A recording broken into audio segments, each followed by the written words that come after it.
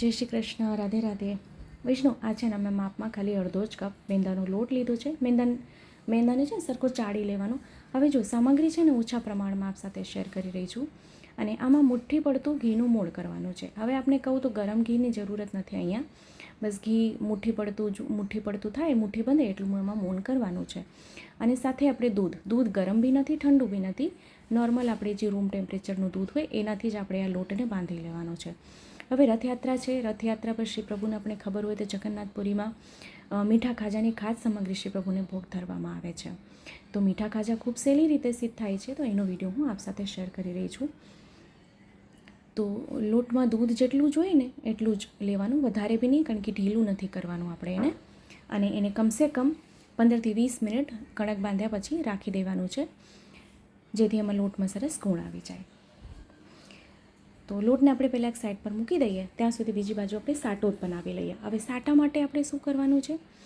સાટામાં છે ને આપણે મેંદો અને પછી ઘી લેવાનું છે. હવે સામગ્રી અહીંયા ઓછા પ્રમાણમાં કરી છે, એટલે સાટો બી ઓછો જ બનાવ્યો છે અહીંયા આપણે. તો રથયાત્રા પર શ્રી પ્રભુને ઘણી બધી સામગ્રીઓ આવે છે, જેની નોંધ બી હું આપને આપી દઈશ કે સકડી, અનસકડી, દૂધ, ઘર, નાગરી કેટલી સામગ્રી પ્રભુને આવે છે.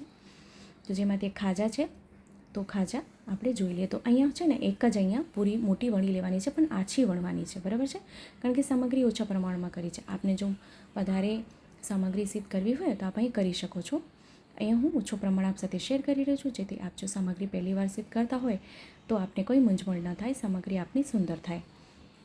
તો એને આછી એવી રોટલી વણી લેવાની છે, આછી એવી પૂરી આપણે વણી લેવાની છે, અને એને આપણે તળવાનું ઘીમાં છે.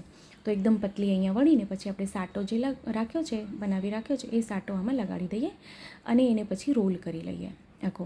અહીંયા મેં એક જ પૂરી વણી છે, એક જ પૂરી લીધી છે. આપને જો 2-3 લેવી હોય તો બી લઈ શકો છો, તો વધારે આમાં પડ થશે, પણ એકમાં બી સુંદર થાય છે.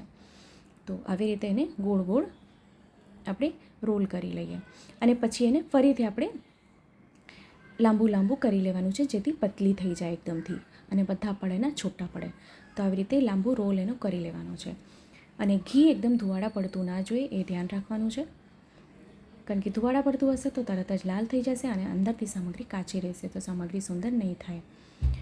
તો આપને જો વિડીયો ગમે તો લાઈક કરશો, આપણા ગ્રુપમાં શેર કરશો, જેથી વધુથી વધુ લોકો સુધી વિડીયો પહોંચે અને એને પણ વિડીયો ઉપયોગી થઈ શકે.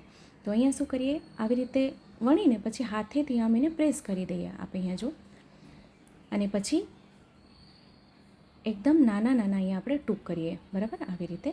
અને પછી જ્યાંથી ટૂંક કર્યા હોય ને ત્યાંથી આમ લંબચોરસ એને આવી રીતે લંબચોરસ વળવાનું છે આપણે, ગોળ નહીં, જો આમ. એટલે સાઈડથી જે પડ છે ને, સાઈડના બધા લેયર જેટલા છે, બધા પડ એના છૂટા પડી જશે. તો આપણે આવી રીતે જ આપણે બધા ખાજા સિદ્ધ કરી લઈએ, બધા ખાજા આવી રીતે જ આપણે વણી લઈએ. તો અહીંયા ઘી એકદમ ધુવાડા પડતું ના જોઈએ, એ ધ્યાન રાખવાનું. આ જો આવું ટેમ્પરેચર આપણે જોશે કે ખાલી જરાક એવું ગરમ થયું હોય, બહુ નહીં, કે જેથી શું છે કે ધીરે ધીરે તળાશે. ગેસની આંચ ધીમી રાખજો, ધીરે ધીરે તળાશે. એની મેળે બંને બાજુથી એકદમ સુનહેરી રંગના થાય ત્યાં સુધી આપણે એને તળવાનું છે. તો હવે અહીંયા આપજો, તો એના પડ છૂટા પડવા માંડ્યા છે. સાઈડથી આપજો ખાજાને, તો આપણે અહીંયા જોઈ શકો છો ખૂબ સુંદર રીતે તળાઈ ગયા છે. હવે આપણે એને બહાર કાઢી લઈએ. તો અને હવે આપણે ચાસણી કરી લઈએ, અને આપણે ચાસણી એક તારની કરવાની છે.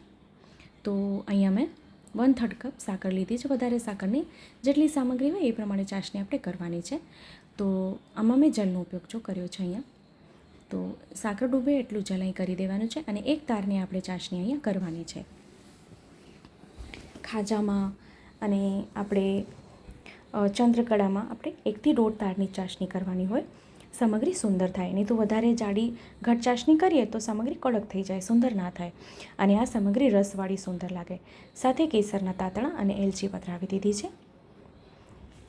તો અહીંયા આપજો, તો 1 તારની ચાસણી અહીંયા જો થઈ ગઈ છે, આપણે દેખાડું તો જો 1 તારની થઈ ગઈ. હવે અહીં ગેસની આંચને આપણે બંધ કરશું, અને ચાસણી જરાક એવી ઠંડી, બહુ નહીં, જરાક એવી જ ખાલી ઠંડી થાય એટલે આપણે જે ખાજા કર્યા છે સિદ્ધ, એ આપણે ખાજામાં પધરાવી દઈશું. આના પડ જો આપ કેટલા સુંદર થયા છે.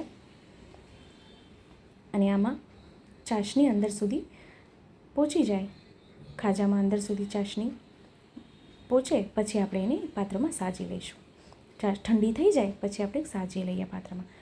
તો જો વિડીયો ગમે તો કમેન્ટ જરૂરથી કરશો અને હા, આપણા ગ્રુપમાં શેર કરવાનું ના ભૂલશો. ને આમાં જો આપણે કાંઈ ના સમજાણું હોય તો ફરીથી કમેન્ટ કરશો, ચોક્કસથી રિપ્લાય કરીશ. તો હવે પાત્રમાં એને આપણે સાજી લઈએ. તો ચંદ્રકળા બી આવી રીતે જ થાય છે, પણ થોડુંક આમાં ખાલી અલગ છે, બહુ વધારે કંઈ અલગ નથી ચંદ્રકળામાં. એનો વિડીયો બી આપ સાથે હું શેર કરીશ, જે અત્યારે રથયાત્રા પર શ્રી પ્રભુને ભોગ ધરવામાં આવે છે. હું હમણાં આપને એક ટૂંક કરીને દેખાડી દઉં કે આજે ખાજા કેટલા રસદાર બન્યા છે, કેટલા સુંદર બન્યા છે. તો અત્યારે છે ને મેં નાના નાના કર્યા છે અહીંયા ખાજા. આપણે મોટા આકારમાં કરો, વધુ સુંદર લાગશે. પણ આપણે ગૃહ સેવા છે એવી રીતે જે પ્રમાણે આપણે ઘરમાં સામગ્રી કરતા હોય એ પ્રમાણે જ મેં આપ સાથે શેર કરી છે. તો અહીંયા સામગ્રી સુંદર રીતે સિદ્ધ થઈ ગઈ છે. બદામની કતરણથી ઉપરથી સજાવટ કરી. તો વિડીયો કેવો લાગ્યો છે કમેન્ટ ચોક્કસથી કરશો. સામગ્રી સિદ્ધ કરજો, શ્રી પ્રભુને ધરાવજો અને જણાવજો. તો આપણે આવી રીતે જ મળશું નવા વિડીયો નવી સામગ્રીની સાથે. તો અહીંયા હું આપને સામગ્રી ટૂંક કરીને દેખાડું કે સામગ્રી કેટલી રસદાર અને કેટલી ફરસી સુંદર થઈ છે. ત્યાં સુધી આપ સૌને મારા જય શ્રી કૃષ્ણ.